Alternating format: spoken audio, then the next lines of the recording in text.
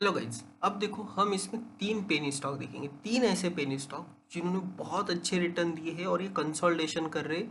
तो इसमें से पहला होगा हमारा कंफर्ट फिनटेक। अब ये जो इसका चार्ट है, देखो ये कितने दिन तक यहाँ पर कंसोलिडेशन के अंदर 8-9 रुपए पे बहुत लंबा कंसोलिडेशन हुआ। इसका ब्रेकआउट होने के बाद ये 20 रुपीज़ गया, अभी 15 रुपीज़ पे है।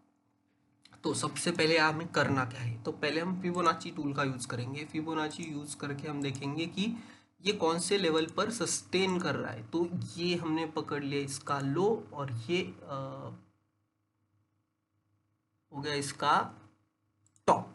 ठीक है, टॉप टू बॉटम हम सॉरी लो टू टॉप हमने फिबोनाची लगाया। आप देखो सकते हो ये 61% पे सपोर्ट लेके अब ये 50% के ऊपर है। तो नेक्स्ट इसके लिए हर्डल क्या होगा, 16.59।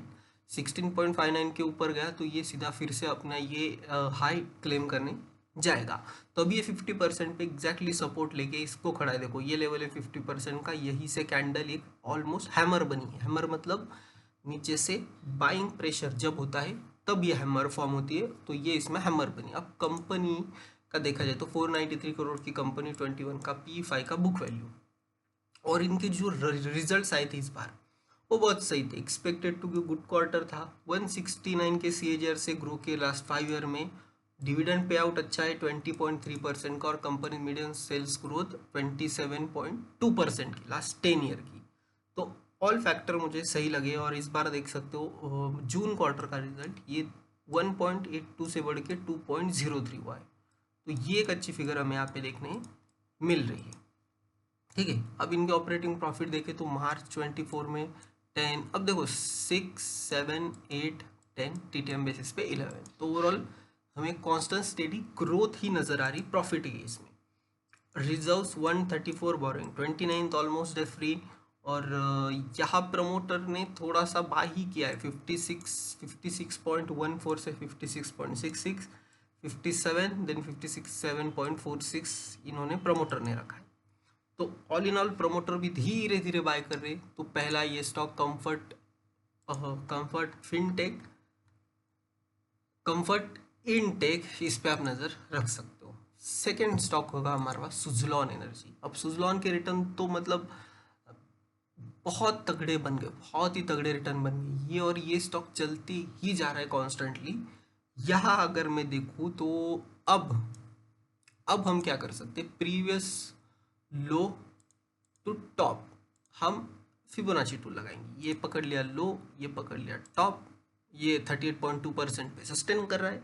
तो ये भी रिस्क टू रिवॉर्ड अच्छा बन रहा है। यहाँ से एक रिस्क ली जा सकती है रिस्क टू रिवॉर्ड के हिसाब से, और ऊपर के लेवल इसमें देखने मिल सकते हैं। पर बेशर्त स्टॉप लॉस इसके नीचे रखना पड़ेगा। तो ये लेवल के आसपास आप स्टॉप लॉस रख सकते हो। सुजलॉन के भी फंडामेंटल सही है। अब 2 के बुक वैल्यू पे 1 लाख करोड़ की कंपनी आपको मिल रही है। ये न्यूज़ बेस्ड कंपनी चल रही है, इसमें न्यूज़ थी। ठीक है, न्यूज़ के ऊपर ये चलते जा रही है। और वैसे देखा जाए तो इतना ही प्रॉफिट था इसका पहले भी, अभी भी उसके आसपास है, थोड़ा सा बढ़ा है। बट इसमें कुछ न्यूज़ आई थी किसने स्टेक बाय किया था। अगर आपको पता है किसने स्टेक बाय किया तो कमेंट सेक्शन में ज़रूर बताओ। और यहाँ देखो FIs ने बाय किया है 19% से 21%, DIs ने बाय किया 6% से 9%, और प्रमोटर का उतना ही है 13.27। हालांकि प्रमोटर ने थोड़ा सा कम भी किया है, बट ये सुजलॉन में बाइंग हो रही है FIIs और DIs।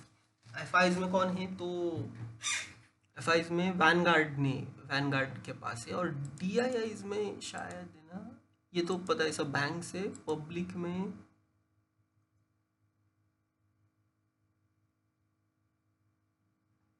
भी कुछ है ना। तो चलो ओवरऑल तो है अच्छी खासी शेयर होल्डिंग बन रही है। सुजलॉन में भी आप लॉन्ग टर्म रखो। ये चार्ट बहुत महंगा था, अब जाके इसकी वैल्यू कम हो गई थी। ये चार्ट पहले पहले के टाइम में ये देख सकते थे कहाँ पे था, 400 के लेवल पे था, 423। वहाँ से ये चलना स्टार्ट हुआ है। तो ये फिर से 400 भी जा सकता है। तो इसके लिए से आप होल्ड कर सकते हो। नेक्स्ट स्टॉक होगा हमारा, इसका नाम आपने सुना नहीं होगा, बट ये है Indian Bridge Steel Company limited. Indian Bridge Steel Company limited. अब इसके मैं आपको कुछ चीज़ें दिखाता हूँ ये चार्ट के। पहले ये चार्ट देख लो। अब ये पेनी स्टॉक था, ये चल के सीधा अपर अपर अपर रहा, 200 क्रॉस कर गया, अब 161 पे है। तो इसमें भी हम सेम प्रोसीजर यूज़ करेंगे जो हम बाकी के स्टॉक में यूज़ करते हैं।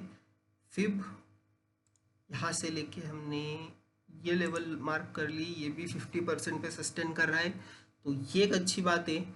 ये इसके नीचे रहेगा स्टॉप लॉस, तो ये 50% पे सस्टेन करके भी ऊपर जाने के लिए रेडी है। अब इसमें मैं जो आपको बताने जा रहा था वो है कि यहाँ FIIs देखो, FIIs 70% होल्ड कर रहे हैं।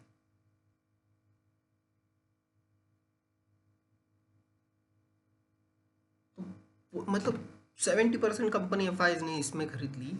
यहाँ बेचा प्रमोटर ने, यहाँ प्रमोटर ने 35% बेचा था और पब्लिक ने बेचा था, और पूरा FIIs ने खरीद लिया था। अब ये खरीदा किसने था, वो कौन सा FIIs इसने खरीदा था, तो बहुत सारे, Nexus Global, three Sigma, Galaxy, नोरोकोज, डेवली इंडिया, तो इन्होंने सब ने इसमें कुछ ना कुछ स्टेक बाय किया है।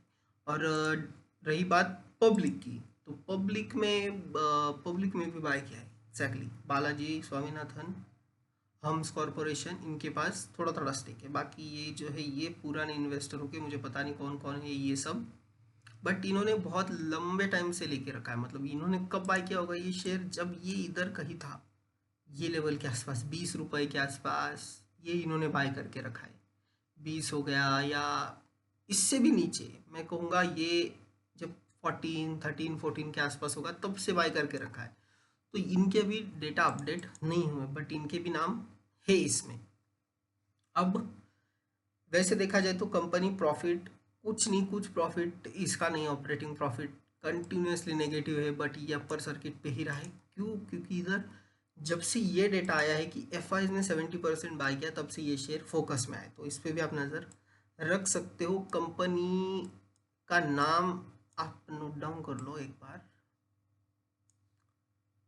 Indian Bridge Steel Company Limited, ये है कंपनी का नाम। तो ये एक स्टॉक है। अभी इनका as a public limited company being managed by board of director of comprising technocrats with experience in administration and finance and professional backgrounds. But ये क्या करती है क्या नहीं करती इसका किसी को कुछ नहीं पता। रिड्यूस डेप और ऑलमोस्ट डेफ फ्री कंपनी, तो डेफ फ्री कंपनी है, ये एक पॉजिटिव फैक्टर भी इसमें हो सकता है।